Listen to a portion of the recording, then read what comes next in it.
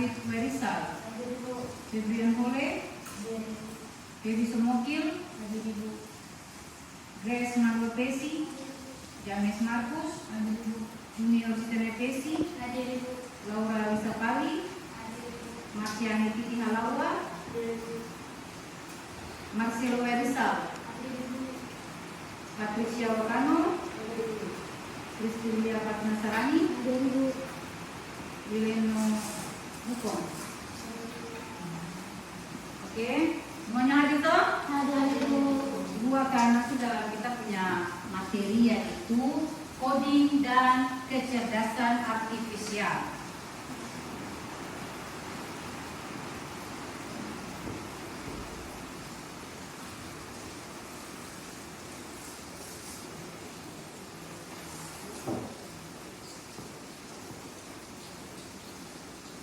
Oke, kalian lihat gambar yang di depan ini, dua diagram yang berbeda. Diagram yang pertama ini diagram pencar, dan ini diagram garis. Siapa tahu kedua diagram ini punya perbedaannya itu di mana?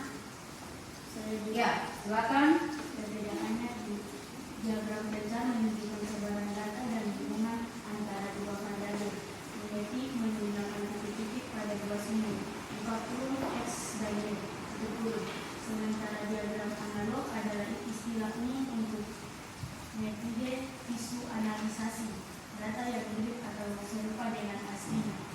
40 analog, 70, dan tidak ada jenis diagram data spesifik yang disebut diagram analog. Ya, itu dia punya perbedaan antara kedua diagram yang di depan. Sekarang kalian lihat gambar yang berikutnya, sinyal analog, sinyal digital, dan juga dengan dia punya perbedaan kepelaku. Kedua gambar tersebut punya perbedaan di mana, siapa yang bisa jawab untuk itu? Oke, silakan Maria. Sinyal analog adalah gelombang kontinu yang nilainya dapat berubah-ubah secara mulus, seperti suara atau suhu. Sedangkan sinyal digital adalah sinyal diskrit yang terdiri dari nilai-nilai terpisah atau benar, 0 dan 1, hingga lebih tahan terhadap gangguan. Sedangkan kalkulator penghitung angka adalah contoh alat yang melakukan komputasi digital, di mana ia bekerja dengan simbol-simbol abstrak atau angka dan menghasilkan output yang diskrit, tidak seperti peranti analog. Ya, itu kedua perbedaan gambar tersebut. Kita lihat gambar yang berikutnya. Siapa tahu dengan fungsi memindai QR code ini? Oke, silakan Junior. Memindai kode QR pada berguna untuk mengakses informasi dengan cepat, seperti tawaran website di file kotak atau informasi produk, dan untuk mempermudah transaksi melalui pembayaran digital. Ya, pembayaran digital inilah yang kalian sudah pernah lihat juga ada di aplikasi apa? Setiap aplikasi, khususnya WA. WA itu juga dia memindai QR, kode QR, berarti segala jenis yang kalian tahu tentang kode QR ini berarti pembayaran digital, ya, khususnya itu pembayaran di digital. Kita kembali lagi pada tujuan pembelajaran. Tujuan pembelajaran yang pertama, menjelaskan apa itu berpikir komputasional dengan bahasa yang sederhana dan mudah dipahami, mengidentifikasi beberapa elemen untuk berpikir. Komputasional berkomposisi, pengenalan pola, abstraksi, dan algoritma. Dan yang kedua, memberikan contoh konkret bagaimana setiap elemen berpikir komputasional dapat diterapkan dalam aktivitas sehari-hari anak. Dan yang ketiga, mengumpulkan dan mengelompokkan data sederhana dari kehidupan sehari-hari, misalnya hobi, penggunaan waktu, atau dua lingkungan sekitar. Yang keempat, menyajikan data dalam bentuk tabel, diagram, atau grafik agar lebih mudah dipahami. Dan yang kelima, menyusun langkah-langkah penyelesaian masalah secara sistematis atau algoritma sederhana. Dan yang keenam, menerapkan hasil penyelesaian masalah melalui simulasi atau contoh nyata dalam kehidupan sehari-hari. Itu kita punya tujuan pembelajaran. Kita masuk dengan dia punya apa itu berpikir komputasional. Berpikir komputasional adalah cara memecahkan masalah yang melibatkan penguraian masalah menjadi bagian-bagian kecil, mencari pola untuk langkah-langkah dan membuat solusi yang bisa digunakan kembali.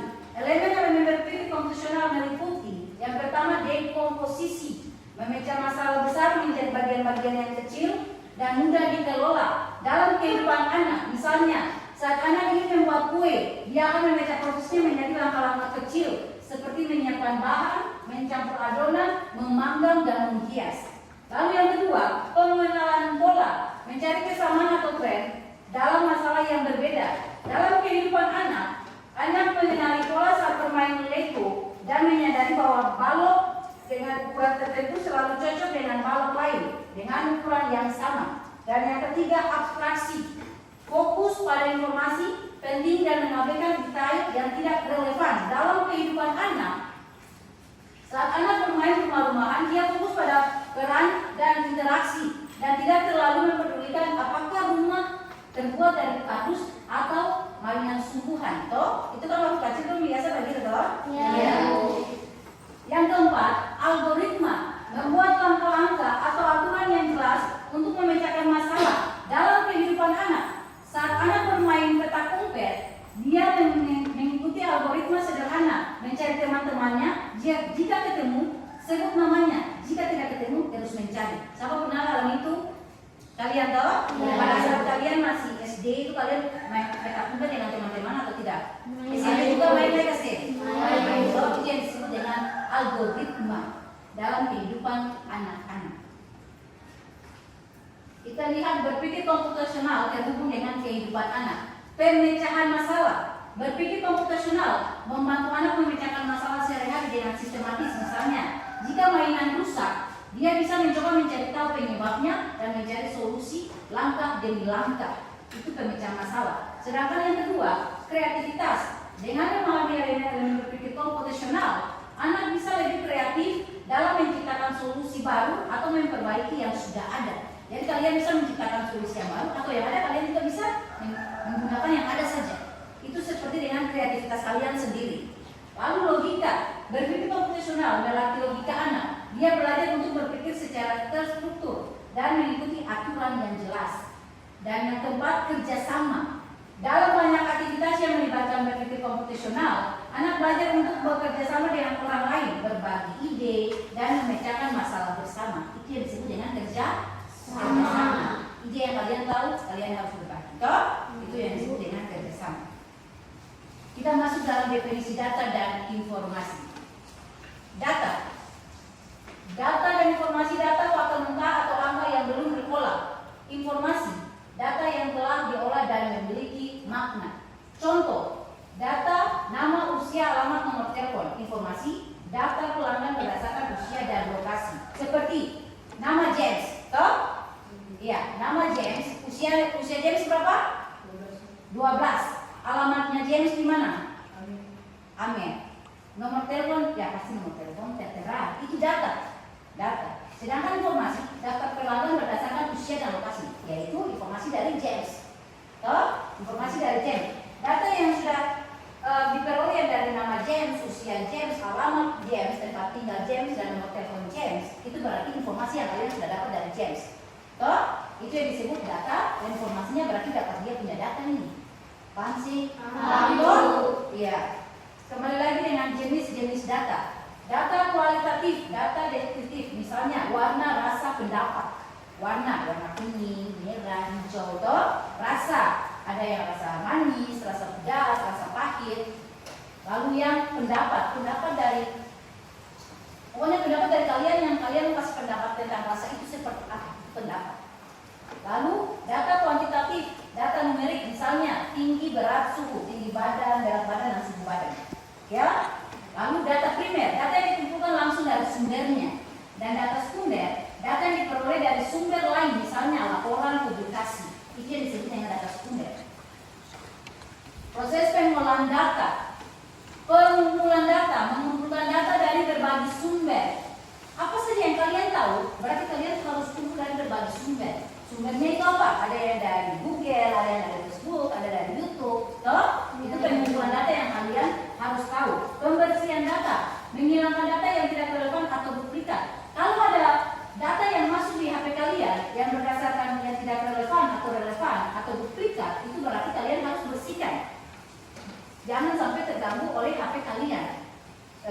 atau menyalakan error namanya. Toh itu duplikat atau yang tidak relevan.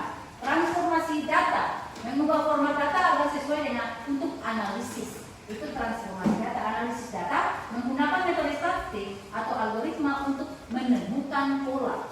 Dan yang kelima, interpretasi data, menarik kesimpulan berdasarkan hasil analisis.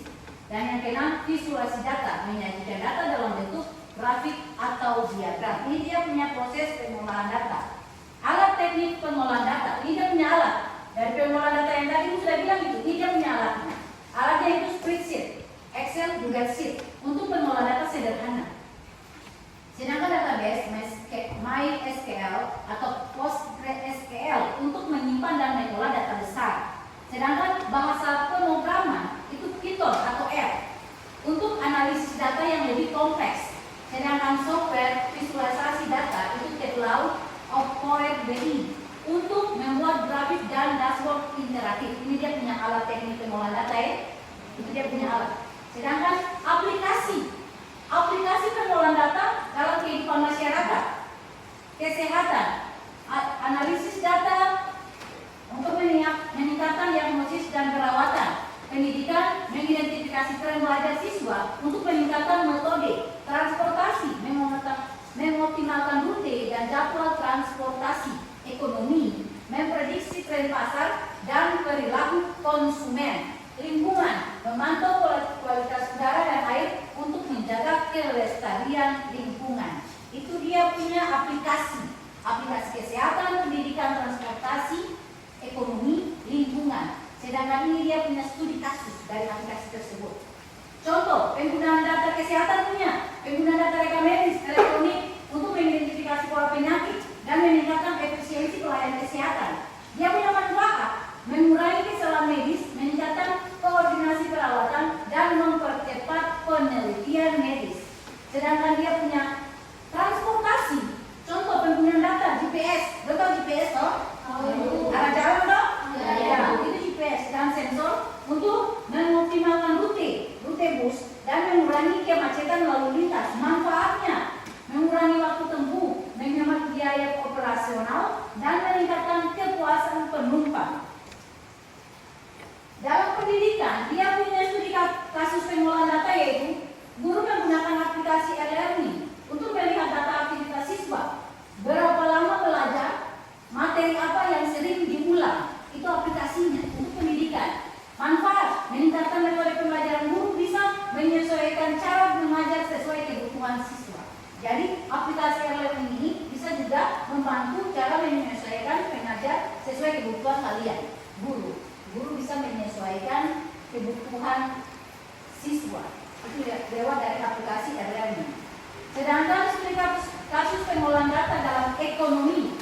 Contoh, industri makanan dan minuman melihat tren di media sosial untuk memprediksi menu atau rasa yang disukai konsumen.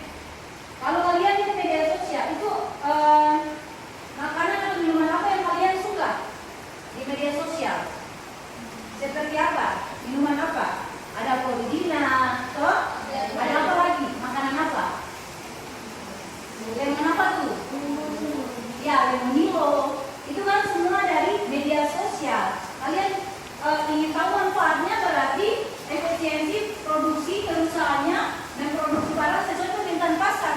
Kalau laku di pasar tersebut, berarti dia harus kembali ke perusahaan tersebut untuk bilang sudah kita mengambil data-data yang setiap makanan dan minuman yang konsumen suka. Itu berarti dari perusahaan yang sudah membuat makanan atau minuman yang mereka buat. Toh, itu disebut dengan data yang dari media sosial yang kalian cari. Sedangkan kasus pengolahan data dalam lingkungan, aplikasi cuaca, lingkungan yang memberi peringatan dini, bencana, banjir, kekeringan, kabut asap. Belum tahu aplikasi cuaca toh? Yang biasa kalau macam cuaca mendung seperti begini, berarti akan muncul di HP itu. Nah, cuacanya sekian. Itu berarti dia dari aplikasi cuaca. Dan manfaatnya peningkatan kesadaran masyarakat tentang pentingnya menjaga lingkungan. Berarti kalau tidak mau banjir, tidak mau kekeringan, tidak mau kabut asap, berarti kita harus menjaga lingkungan kita. Kita masuk dalam tantangan dalam pengolahan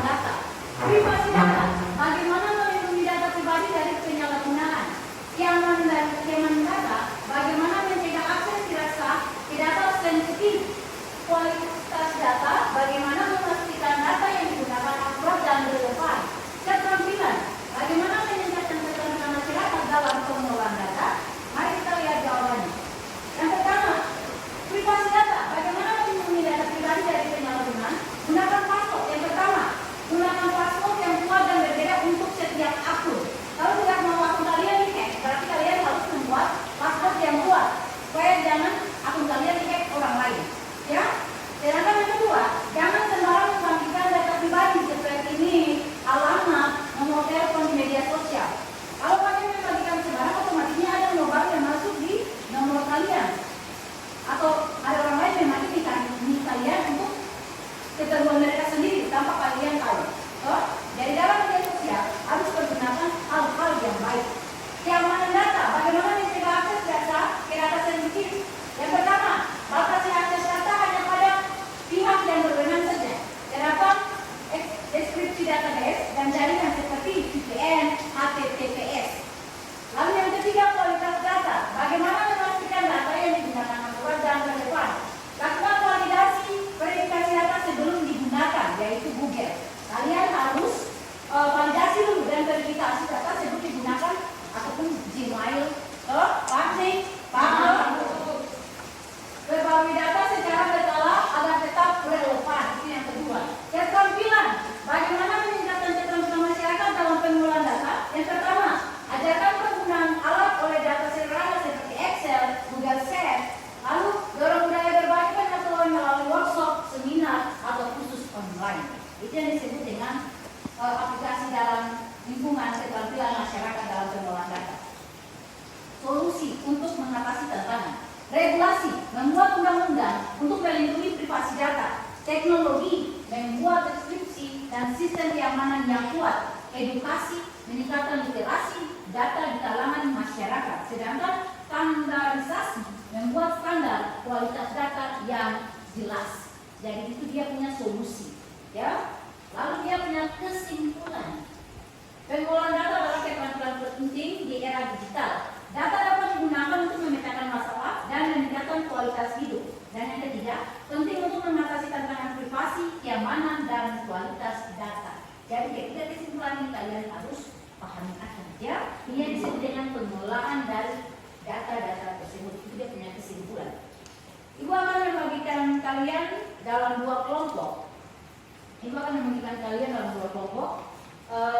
Itu dari silakan, Grace.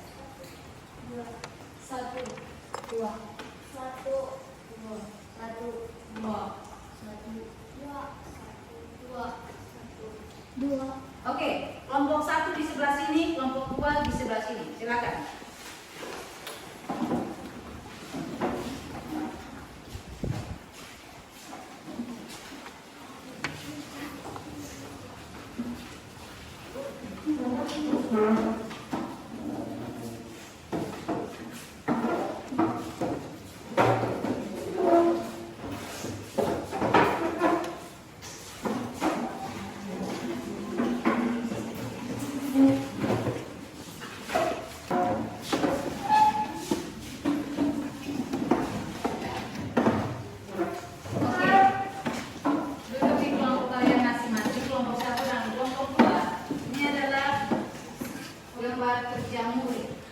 Kalian akan baca dulu sebelum kita keluar di luar untuk mengambil sampah organik dan sampah anorganik.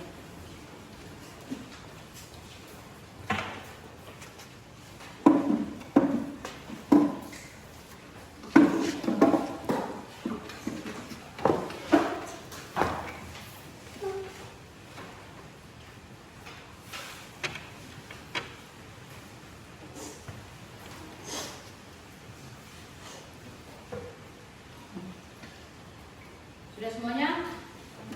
Oke, sekarang kita keluar untuk mencari data-data sampah.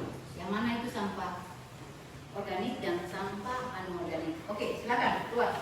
Untuk di luar mana sampah yang kalian harus ambil supaya kita bisa masuk dengan Google Lens. Silakan. Silakan kelompok 1, kelompok 2. Ya. Ayo, silakan.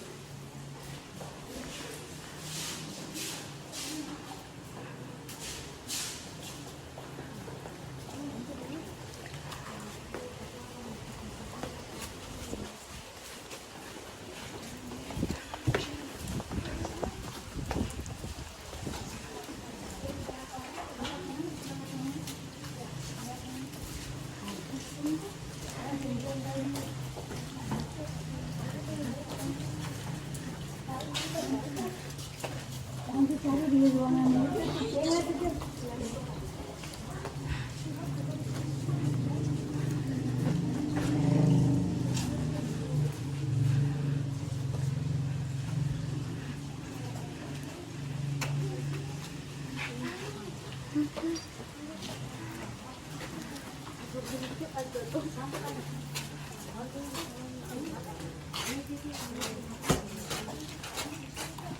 dia sampah yang daun kering,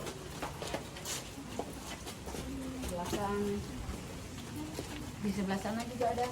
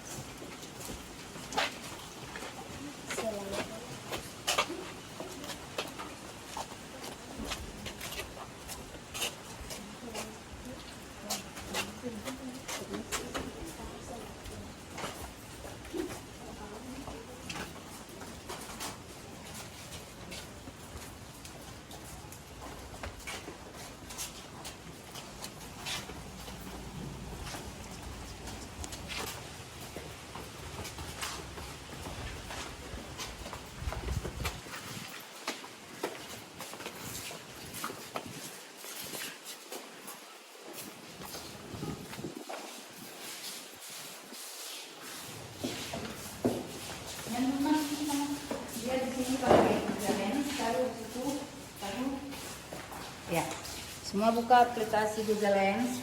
Silakan kalian mengidentifikasinya, punya data-datanya.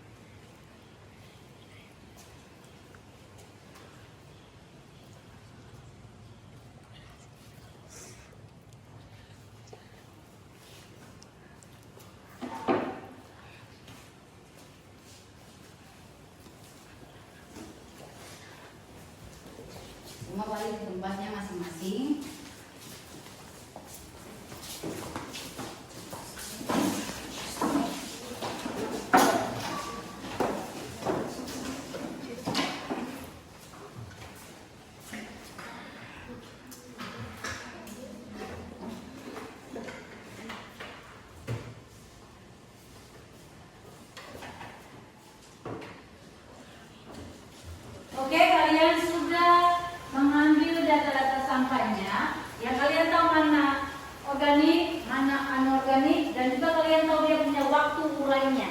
Jadi data-data yang kalian ambil itu kalian buat dalam bentuk PPT dan kalian maju di depan untuk presentasi. Oke, silakan.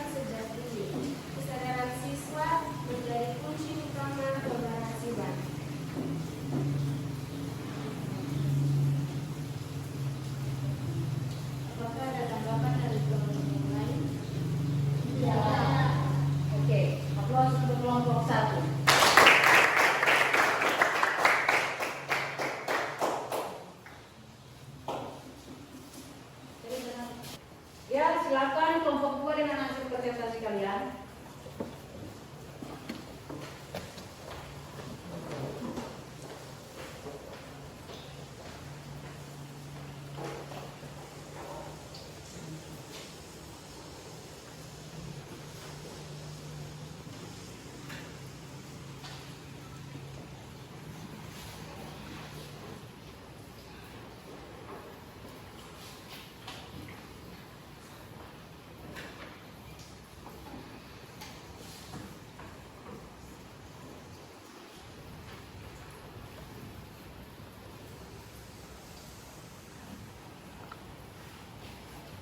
Selamat pagi teman-teman semua. Di pagi hari ini kami dari kelompok 2 akan mempresentasikan hasil kerja kelompok kami.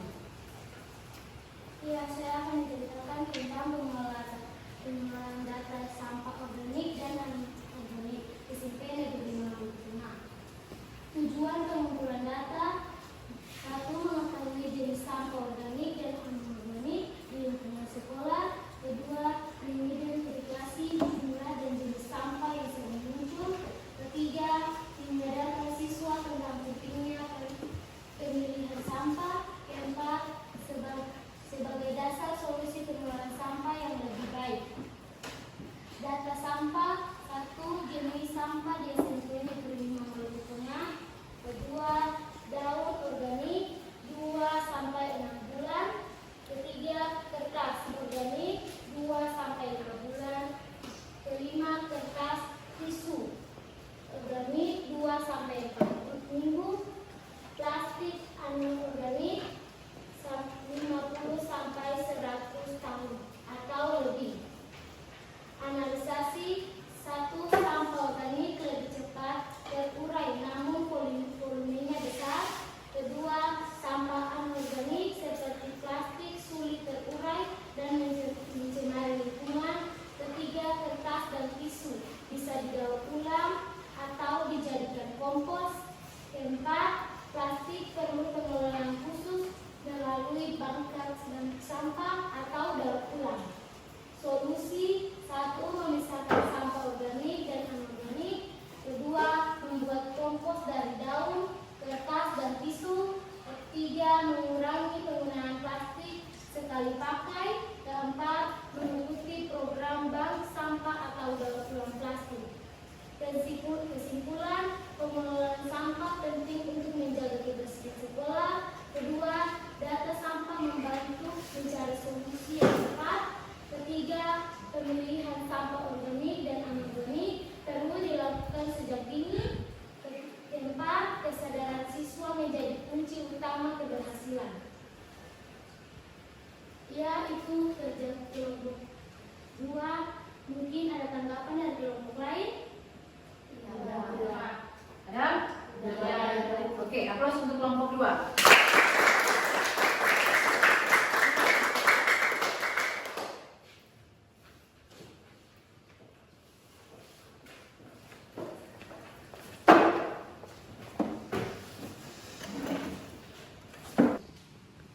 Oke, yang tadi kalian sudah mengumpulkan data dari sampah-sampah tersebut. Kalian sudah tahu toh mana yang organik, mana yang anorganik, dan juga waktu terurai.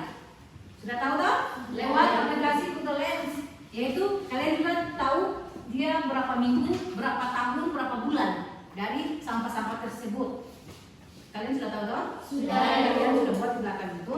Itu yang disebut dengan sampah basah, sampah kering, yang berarti kertas, tisu, dan juga plastik.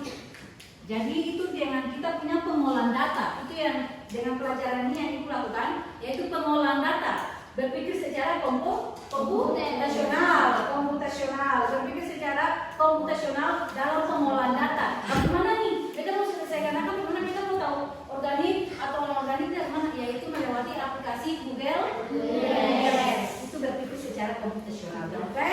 Ya. Oke, dari pelajaran ini, pelajaran yang ibu kasih ini, apa yang kalian pelajari tentang pelajaran ini? Siapa yang bisa jawab? Pembelajaran ini sangat membantu saya dengan menggunakan pengolahan data melalui Google Lens, dan saya bisa mengetahui jenis-jenis sampah Iya, toh dalam ukuran waktu. Jadi kalian semua sudah tahu toh? Sudah. Iya. Lalu yang kedua, ibu mau tanya lagi, apa yang kalian sukai dari pelajaran ini sampai bisa jawab? Saya Bu, kalian mengasasi data dengan baik dan benar. Iya, data yang baik, data yang benar. Ya, kalau data yang baik dan benar yaitu Google Lens. Yang kita sudah lakukan tadi, itu yang disebut dengan permasalahan dari hal-hal besar ke hal-hal kecil. Toh, yang kalian sudah dapati. Dari yang kelompok 1 dan kelompok 2 punya hasil presentasi sangat bagus, sangat memadai sekali karena kalian sudah mengidentifikasi sampah-sampah tersebut dan kalian itu punya bakat yang sangat luar biasa. Aplaus untuk kalian. Tapi karena waktu sudah tidak cukup, sudah sampai di sini, ibu cuma mau bilang di pertemuan berikut ibu akan bagikan materi ke dalam grup masing-masing. Lalu di situ kalian akan mempelajari materi tersebut supaya bisa membuat konten. Dengan ibu akan sampaikan aplikasi digitalnya nanti pada saat ibu sudah membagikan materinya lewat grup. Oke semua? Ya. Jadi karena ini sudah waktunya sudah selesai, sudah pas, ibu meminta satu orang untuk bawa kita dalam 2 menit. Silakan. Jadi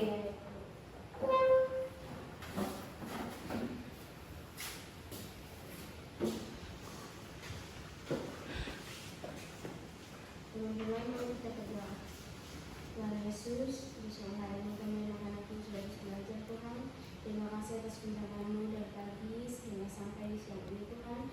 Dan sekarang kami akan pulang dengan kamu berpendidikan ini Tuhan. Kiranya Tuhan